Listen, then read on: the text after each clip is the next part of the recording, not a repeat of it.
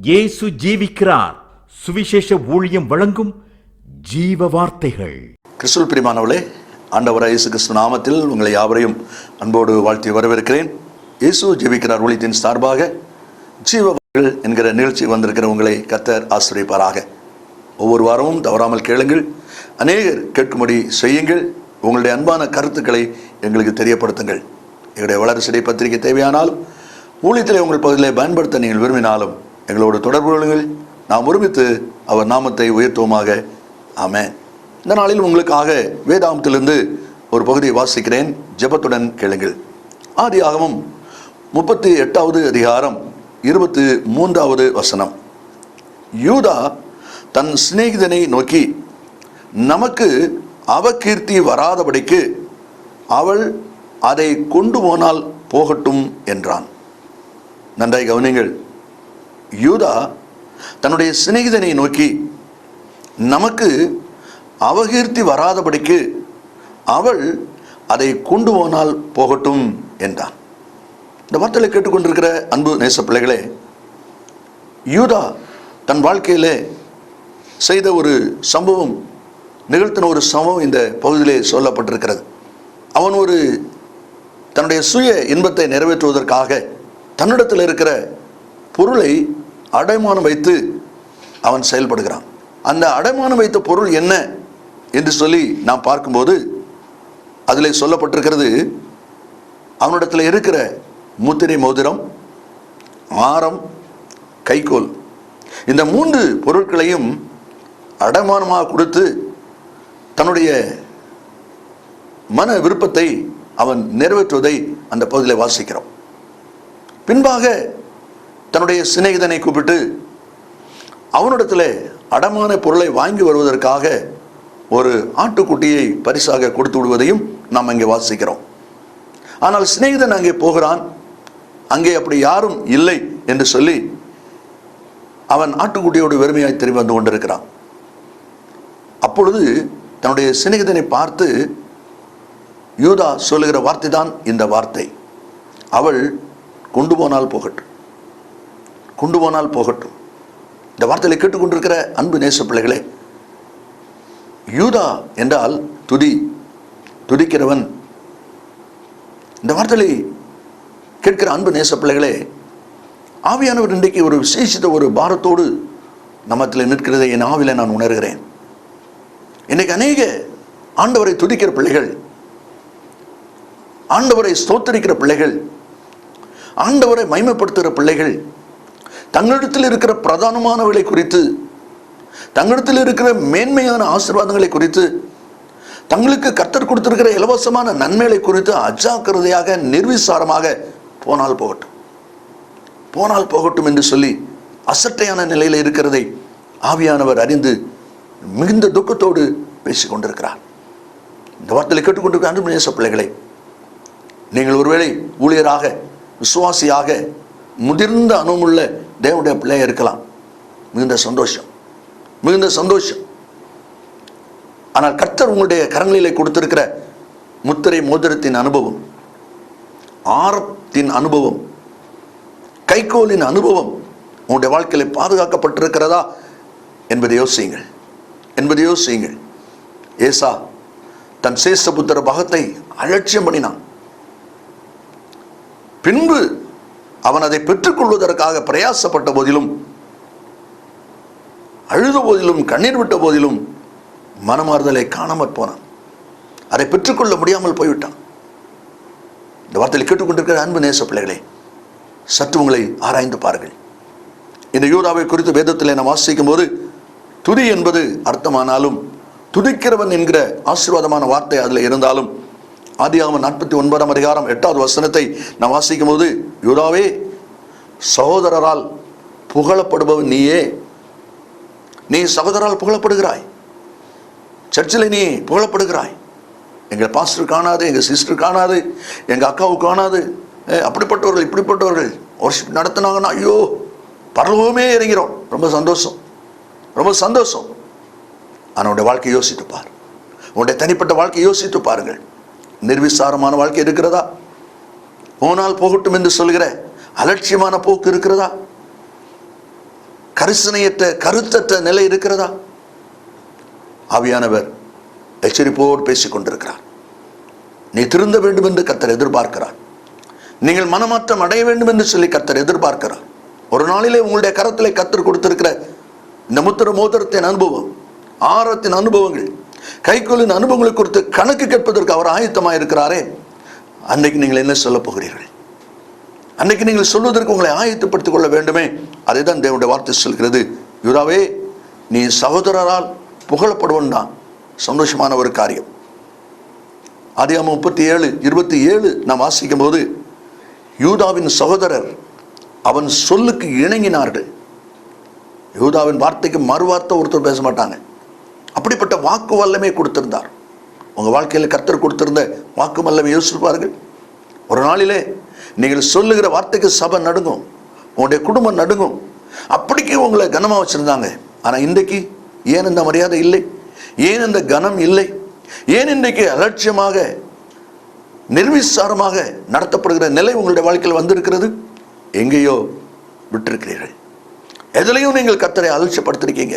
போனால் போகட்டும், பார்த்து கொள்ளலாம் என்கிற ஒரு நிலையில நீங்கள் விட்டிருக்கிறீர்கள். ஆகினால் தான் இப்பொழுது வேதனைக்குரிய யாரிடத்திலும் சொல்ல முடியாத வேதனையோடு இந்த வார்த்தை கேட்டுக்கொண்டிருக்கிறீர்கள். நீங்கள் மனமாற்றம் அடைய வேண்டும் என்று சொல்லி கர்த்தர் எதிர்பார்க்கிறார். எந்த இடத்துல கர்த்தர் விட்டீர்களோ, எந்த இடத்துல நீங்கள் அலட்சியமாக நிர்விசாரமாக வார்த்தை சொன்னீர்களோ, அதை உணர்ந்து மனம் திரும்புங்கள். மீண்டும் உங்களை உயிர்ப்பிக்க, மீண்டும் உங்களை கரம் பிடித்து தூக்குவதற்கு அவர் ஆயத்தமாயிருக்கிறார்.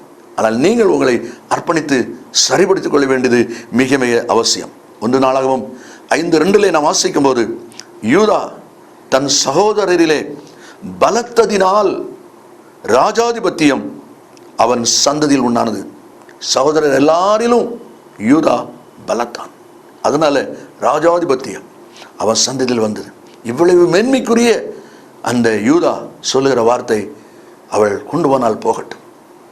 3 காரியங்கள் வேகமாய் வாசித்து நாம் ஜெபிக்க போகிறோம். முதலாவது சொல்லப்பட்டிருக்கிறது முத்திரை மோதிரம். முத்திரை மோதிரம் ராஜாவின் கையில் இருக்கிற மோதிரம். ராஜாவின் கையில் இருக்கிற எல்லா மோதிரமும் முத்திரை மோதிரம் அல்ல. அது பிரதானமான ஒரு மோதிரம்.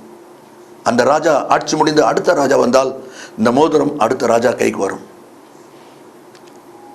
அரசாங்க சட்டத்திட்டங்கள், அரசாங்கத்தில் புதிதான காரியங்களை ஏற்படுத்தி நியமங்களை ஏற்படுத்தினால் அதில் முத்திரையிடுவதற்காக உபயோகப்படுத்தப்படுகிற முத்திரை மோதிரம். ஒன்று ராஜா அதை பயன்படுத்துவார், இல்லை என்றால் ராஜா யாருக்கு கொடுத்திருக்கிறாரோ அவர்கள் அதை பயன்படுத்துவார்கள். எஸ்தர் ராஜாதிபதியிலே, எஸ்தர் ராஜாதி புஸ்தகத்திலே ராஜா ஆமான் கையில் இதை கொடுத்திருக்கிறார்.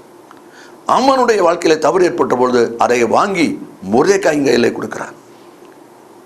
அந்த முத்திரை மோதிரம் என்று சொல்லும்போது ஆளுகையை குறிக்கும். ஆதியாகமம் 41வது அதிகாரம் 42வது வசனத்திலே வாசிக்கும் போது, ராஜா தன் கையிலே போட்டிருந்த முத்திரை மோதிரத்தை கழற்றி அதை யோசேப்பின் கையிலே கொடுத்தார் என்று சொல்லி பார்க்கிறோம். ஜனங்களை ஆளும்படியாக அந்த ஆளுகை கொடுக்கப்படுகிறது. அதுதான் தேவனுடைய வார்த்தை வாசிக்கிறோம். அதே 41வது அதிகாரம் 44வது வசனத்திலே ராஜா சொல்லுகிறார், அந்த மோதிரத்தை அவன் கையிலே கொடுத்து விட்டு, ஒருவனும் உன் உத்தரவில்லாமல் தன் கையையாவது காலையாவது அசைக்க கூடாது. அதிகாரம். முத்திரை மோதிரத்துக்கு அதிகாரம் இருக்கிறது, ஆளுகையும் இருக்கிறது, அதிகாரமும் இருக்கிறது. அப்படிப்பட்ட விலையேற கனத்துக்குரிய முத்திரை மோதிரத்தை யூதா போனால் போகட்டும் என்று சொல்லி அலட்சியப்படுத்துகிற வார்த்தையை நாம் அங்கே பார்க்கிறோம்.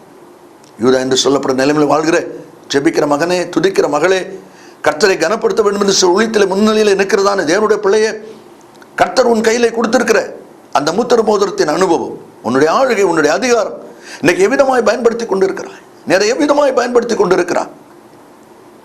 ஆவியானவர் மிகுந்த துக்கத்தோடு பேசிக் கொண்டிருக்கிறார். நீ இவ்வளவு அலட்சியப்படுத்தி நீ எப்படி வாழ முடியும்? இன்னைக்கு நீ மனமாற்றம் அடைய வேண்டும் என்று சொல்லி கர்த்தர் உன்னை எச்சரிப்போடு பேசிக் கொண்டிருக்கிறார். அதுதான் தேவனுடைய வார்த்தை சொல்வதை நாம் அங்கே பார்க்கிறோம். ஏனென்றால் முத்திரை போடப்பட்ட ஒரு கடிதத்தை செல்ல போகாமல் பண்ண ஒருவரால் கூடாது, யாரும் அதை மாற்ற முடியாது. எஸ்தர் 8:8 வாசிக்கிறோம். அப்படியானால் முத்திரை மோதிரம் ராஜாவின் கனத்துக்குரிய ஒரு அனுபவம் என்பதை மறந்து போக வேண்டாம். கர்த்தர் உன்னை நம்பி, உங்களை நம்பி ஆளுகை கொடுத்திருக்கிறார், அதிகாரம் கொடுத்திருக்கிறார்.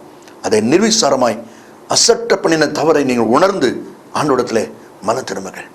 இரண்டாவதாக, அந்த யூதா தன்னிடத்திலிருந்து கொடுத்த காரியம் ஆரம் என்று சொல்லப்பட்டிருக்கிறது. உன்னத பாட்டு 1:9 நாம் வாசிக்கும் போது, ஆரங்கள் பூண்ட உன் கழுத்து அழகாயிருக்கிறது. அப்படினால் ஆரம் கழுத்திலே போடப்படுகிற ஒரு ஆபரணம், ஒரு அணிகலன் என்று சொல்லி பார்க்கிறோம். அதே உன்னத பாட்டு 4ஆம் அதிகாரம் 9ஆம் வசனத்திலே வாசிக்கும் போது, உன் கழுத்தில் உள்ள சரப்பணினாலும் என்னை கவர்ந்து கொண்டாய் என்று சொல்கிறார். அந்த சரப்பணி, அதுதான் கோல்டு செயின் என்று சொல்லி போடப்பட்டிருக்கிறது. செயின், சரப்பணி. அப்போ ஆரம் என்பது செயின், கழுத்திலே போடப்படுகிற சங்கிலி என்று சொல்கிறோமே, செயின், ஆரம். நல்லா யோசியுங்கள். அதை குறித்த ஒரு அசட்டை அங்கே அவனிடத்திலே இருந்ததை நாம் அங்கே பார்க்கிறோம்.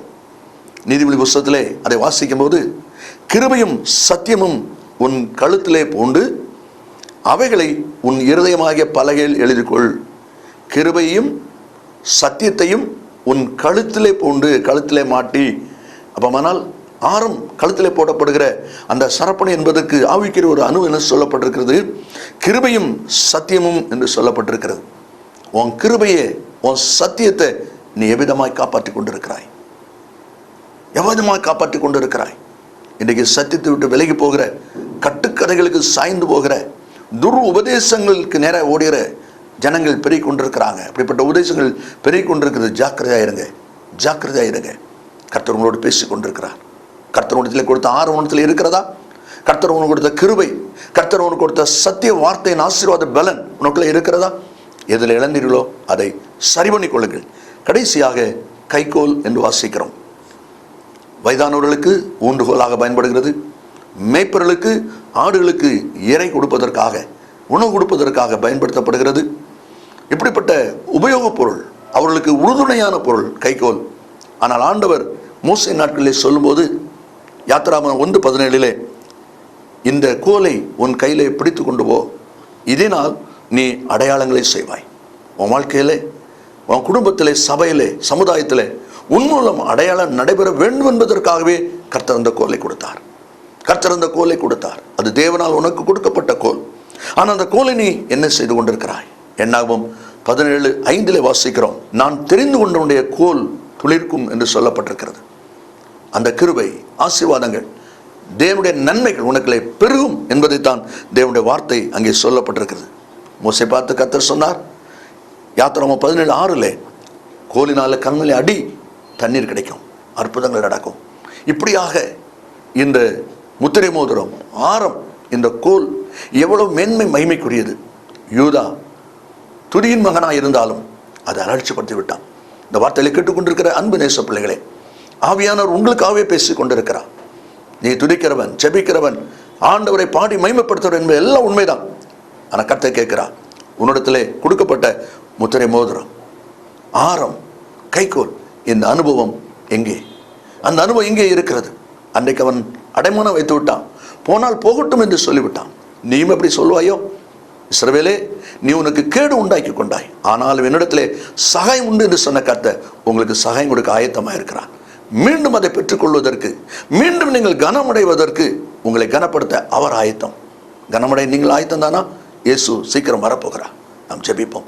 நல்ல பிதாவையும் நன்றியோடு துதிக்கிறோம். உடைய வார்த்தை ஆமென்றும் ஆமேன் என்றும் இருப்பதற்காக ஸ்தோத்திரம். இந்த வார்த்தை கேட்டுக்கொண்டிருக்கிற ஒவ்வொரு பிள்ளைகளும் கர்த்தர் தங்களுக்கு கொடுத்த முத்திரை மோதிரத்தின் அனுபவம், ஆரத்தின் அனுபவம், கைக்கோலின் அனுபவம் எங்கே எப்படி இருக்கிறது என்பதை, எதிலே தொலைத்து விட்டோம் என்பதை அறிந்து உணர்ந்து மனம் திரும்பி மீண்டும் பெற்றுக்கொள்வார்களாக. உடைய கருத்திலே தாழ்த்தி அர்ப்பணிக்கிறோம். இயேசுவின் நாமத்தில் பிதாவே, ஆமேன், ஆமேன். மேலும் விவரங்களுக்கும் உங்கள் ஜெப தேவைகளுக்கும் நீங்கள் எங்களோடு தொடர்பு கொள்ள வேண்டிய முகவரி, ஜீசஸ் லிவ்ஸ் காஸ்பல் மினிஸ்ட்ரீஸ், சகோதரர் John M Jeyaraj, 123A Dohnavur road, Mavadi, Nellai மாவட்டம், தென்னிந்தியா 627107.